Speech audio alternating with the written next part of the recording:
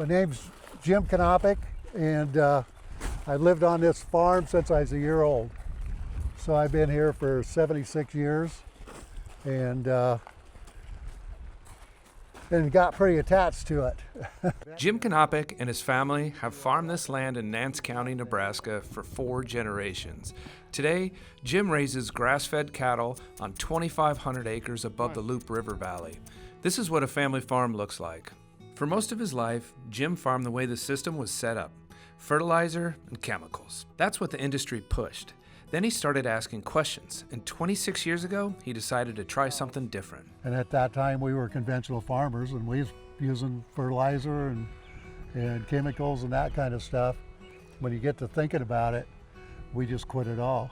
Jim will tell you his cattle operation isn't just about beef. It's about what healthy land can do. Well, we started mob grazing about 15 years ago or so, maybe 20. And what that is we move the cattle every day to a new piece of grass.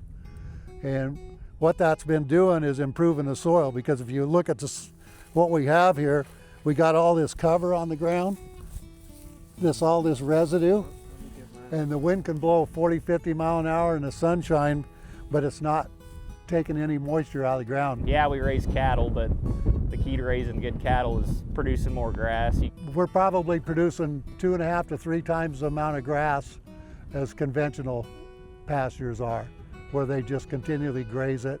They fertilize it and spread it out, and with this close mob, they drag their feet through and they're spreading out all those cow pies and stuff, and they mash it down in the ground, and they actually disturb that root a little bit with their foot activity, and that gets bacteria and everything else going in the soil that actually produces more grass. Used to be a little village down here about a mile south of us, and it was a little convenience store, you might call it then. It had gas in it and groceries, and it was actually a post office, and it disappeared when I was about 5 years old. Jim has watched this happen his entire life. The neighbors, the farms, the little towns that used to dot every few miles of Nebraska highway, gone. Along the highways, geez, there used to be one every half a mile or so, and now there's only 3, I think. Well, and that's why Fullerton and Belgrade have all basically just disappeared. They're just about done for because there's no people. Jim is clear about what caused this. Starting in the 1980s, farm policy stopped working for family farmers and started working for the biggest players. Subsidies that were supposed to help all farmers instead flowed overwhelmingly to the largest operations. And the thing that really has got us there since probably about the 80s has been the farm program. And that's, they say they want to put more farmers on the farm. Yeah. That's not what they wanted to do. They wanted to eliminate a lot of farmers and consolidate them.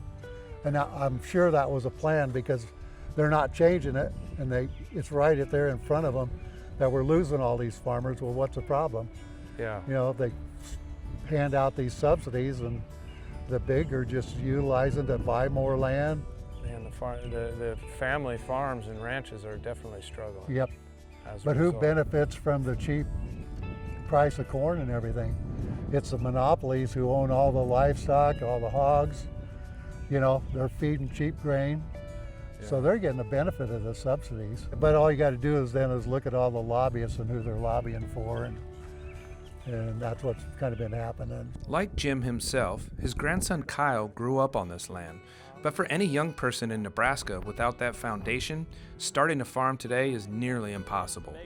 I was fortunate enough that we've had this family operation going for a long time, but if you don't have ties with someone and, kind of help getting started, it can be really difficult with prices and everything right now. So land rent or land cost, and right now the price of cattle is high, which is good for the producer, but for the people that want to get started, it's dang near impossible, I would say. Yeah, you would have to walk into a bank and ask them for a $2 million loan, to buy land and equipment. That's not going to happen anymore. Yeah, even $2 million don't get you very far. No. So if you're a young person wanting to break into the industry, Yeah, You there's can't- no You probably chance. can't do it. There's no chance. No. So without- so not a lot of young people can just be like, oh, I wanna go and buy some land and be a farmer. You can't do it. No. Jim has farmed this land for 76 years. His grandson wants to keep farming it. We need to stand up for the people who feed this country, not the corporations buying it up.